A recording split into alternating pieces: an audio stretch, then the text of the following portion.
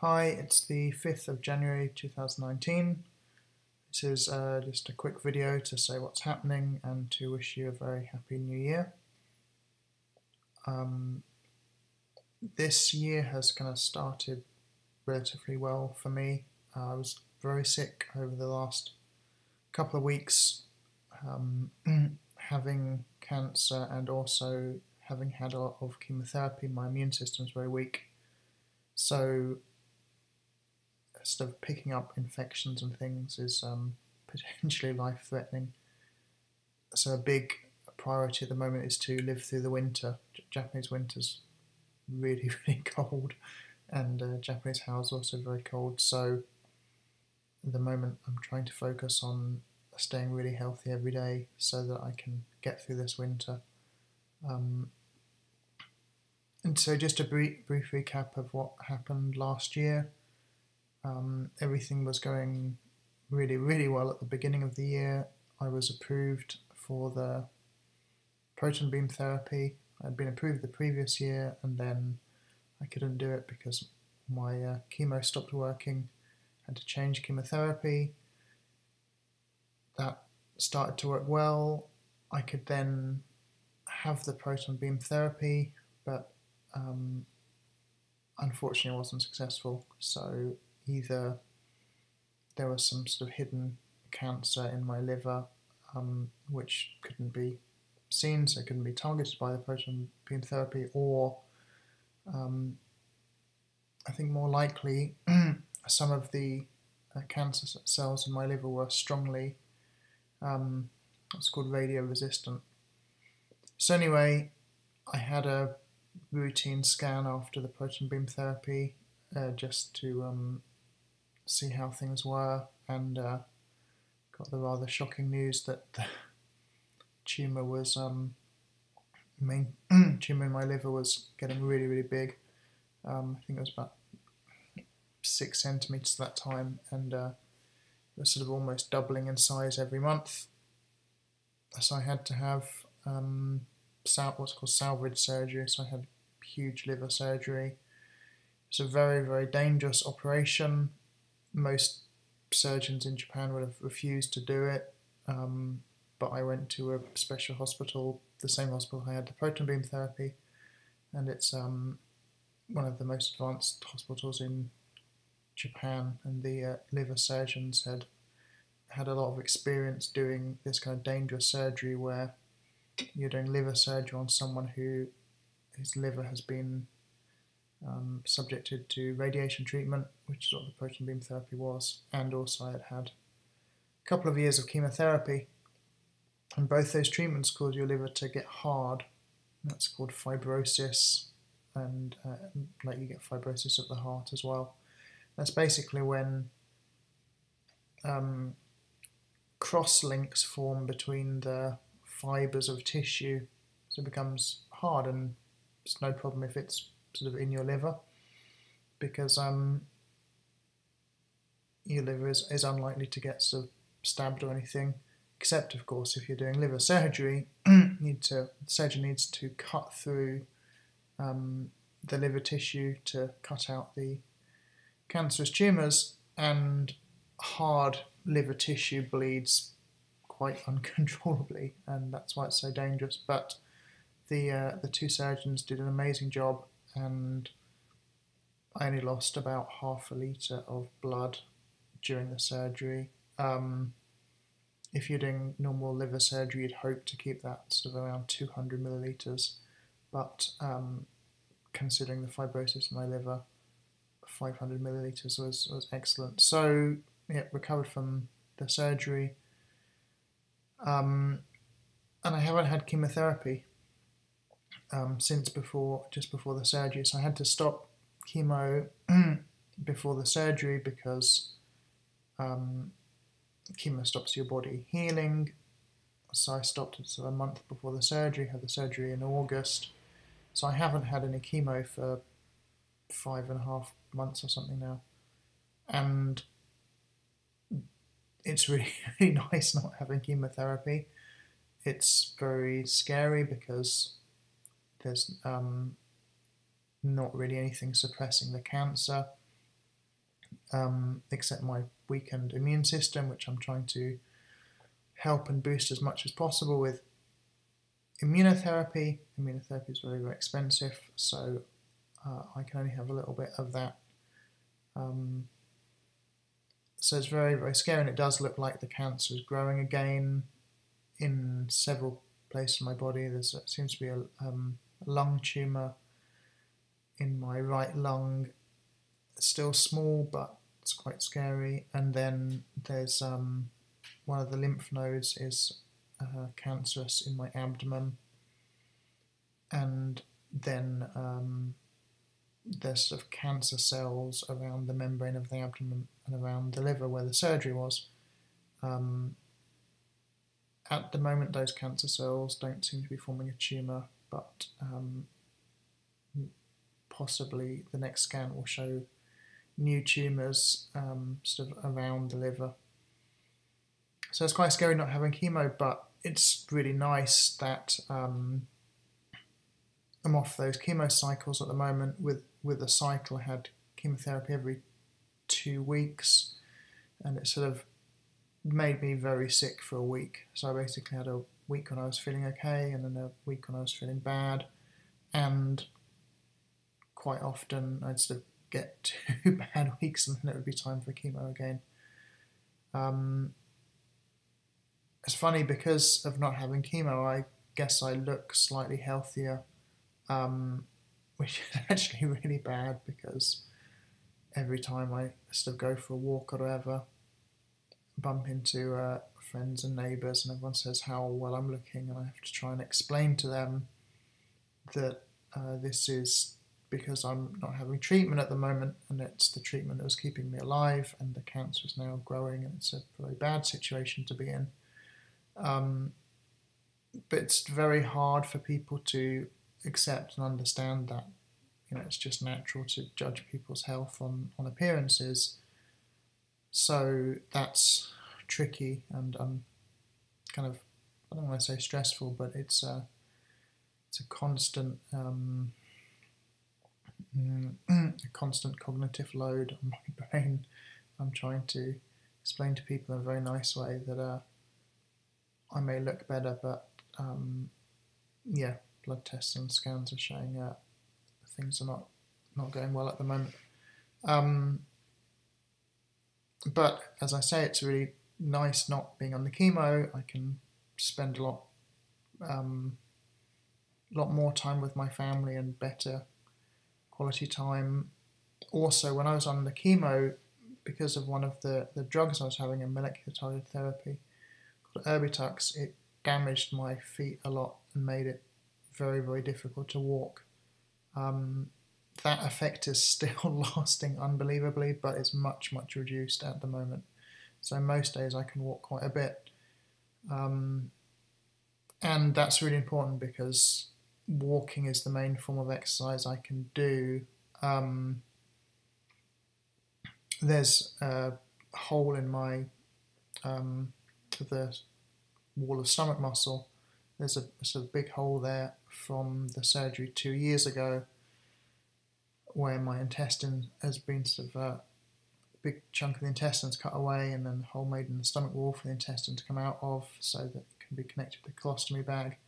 And that makes a lot of exercise not possible, because so many exercises use your stomach muscles, and when you've got a big hole, there's a big risk of I don't really know the details, but kind of getting hernias and that kind of thing, doing quite serious damage. So walking is really important for me. Exercise is really, really vital to. So one thing is walking helps with digestion of food, and because I've had a big section of my intestine taken out, that's really, really important. And also walking, any exercise really helps with immune activation, so getting the very healthy white blood cells active, and that's important for me because I don't have enough white blood cells is one thing, that the level's very suppressed by the cancer, and also the cancer has a lot of ways of inhibiting the activity. So it's good to be walking again. I'm trying to stay actively fighting the cancer, really, which a lot of that means looking for new treatments, looking for possibilities.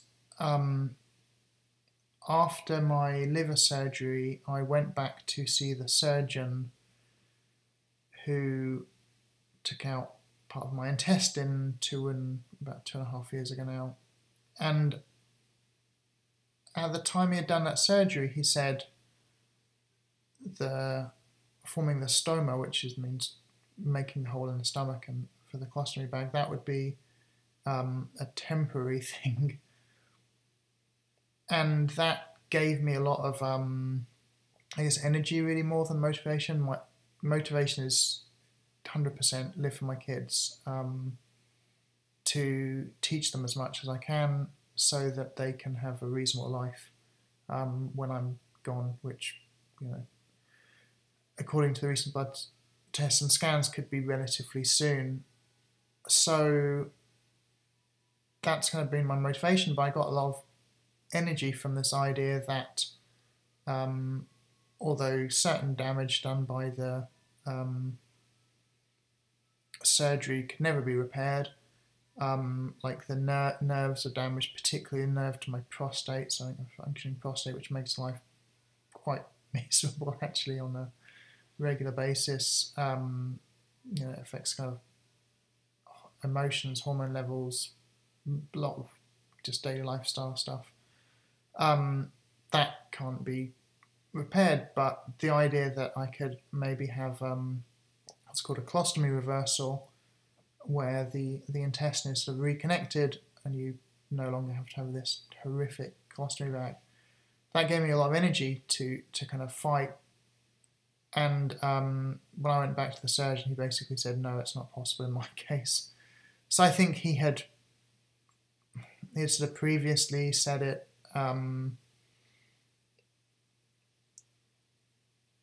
When I first had that surgery, he said it was temporary colostomy because maybe there was a minute chance of doing a reversal, but the main thing he wanted me to do is be motivated and tolerate chemotherapy, particularly when you've just had surgery, is brutal. So I kind of understand why he said it, but it's obviously very upsetting to hear that there's no possibility of reversing the procedure and getting rid of my colostomy bag. So I've basically lost a lot of energy for the fight, which is troubling. So I'm still motivated, I still want to live for my kids, but just you need energy to fight, really, because you're having to read a lot, talk to a lot of cancer patients, talk to a lot of doctors, do a lot of travel.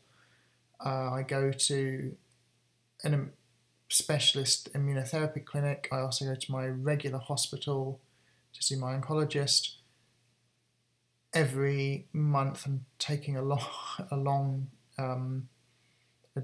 good day of travel, 6 hours of travel, going to the hospital where I had my liver surgery so I can speak to the specialist surgeons there. There's a possibility I might have another very, very dangerous surgery to try and get rid of the cancerous lymph node. So you need a lot of energy. Over the past 2.5 years, I've got to know a lot of cancer patients, and last year, several of them who I kind of had got to know died, which really saps your energy. When I was doing proton beam therapy, it was a really lovely Australian woman having proton beam therapy at the same time, and I found out that she had died after going back to Australia. Other sort of friends I had got to know, not met in person, but communicated a lot with on email and social media, cancer patients who were supporting each other. they're all dead now. So that sort of really saps your energy, and what you really need for the fight is energy. You need to not just survive, because there's not really much chance of a cure that way in the short term. You really need to kind of prevail, so you need to be functioning well. I've got to know a really nice Australian guy who has just done incredibly well, because he just has the energy and the determination to go and seek out the best possible treatment. So, lives in Australia, has come to Japan for a special type of immunotherapy. The immunotherapy I have, autologous immunotherapy, which means it uses your own white blood cells. So even though he has very, very serious brain cancer, I actually went to see a radiation specialist with him and looked at his brain scans and stuff. He's doing well at the moment. He's doing well, and it's because of having that energy to stay in the fight. It's not enough to scrape through, because cancer is too sophisticated for that. Cancer is always changing in your body. It's like having a new organ in your body, really. So you need more than just trying to scrape through. That's not going to do it. That's not going to do it at all. So yeah, I need that kind of energy, and I've lost that massively, because although my motivation for living is still the same, I had that energy coming from this idea that if I could get rid of the cancer, then I could have surgery again and get some of my life back. That's not going to happen now, I've been told. It's just not possible. So I'm trying to deal with that somehow. Haven't really found a way yet, but I'm going to keep looking for some kind of source of energy. So that's the main thing at the moment. Is I still got my motivation, but I need something more to get the real energy to not just enjoy what time I've got left, but actually fight so that I extend that time a lot. I'm absolutely certain that makes the difference. I've talked to doctors and nurses about it. I've talked to a lot of stage 4 cancer patients. Those are terminal patients. I've read hundreds and hundreds and hundreds of messages from stage 4 cancer patients in the various discussion groups I'm a member of. Actively fighting is what's necessary. That's what extends your time. So that's what I need to be doing now. So still looking for treatment, still looking for options. My new oncologist, it's a big teaching hospital, and they do some research there. So there's possibility of a trial, but also my oncologist was based at National Cancer Centre here, which does a lot of clinical trials, so she's still got all her contacts and she's looking for a trial for me. Those kind of clinical trials can be kind of game-changing. Yeah, so that's where I'm at the moment. As usual, desperately in need of funds for the immunotherapy. Without chemotherapy, there's not really anything suppressing the cancer growing except my very weakened immune system. So any immunotherapy I can have it helps a lot. So if you can share my fundraising link, that would be really helpful. And one other thing, I'd really love you to hit the subscribe button, because that means my videos get shown to more people and that might help them. But one thing you could do for me is maybe leave a comment, either saying what was like the highlight of 2018 for you, or what your big aim or goal or whatever is for this year, or both. But yeah, I'd really, really love to hear from you. So please, if you can, take the time to write a short comment. Thanks a lot for listening. Bye.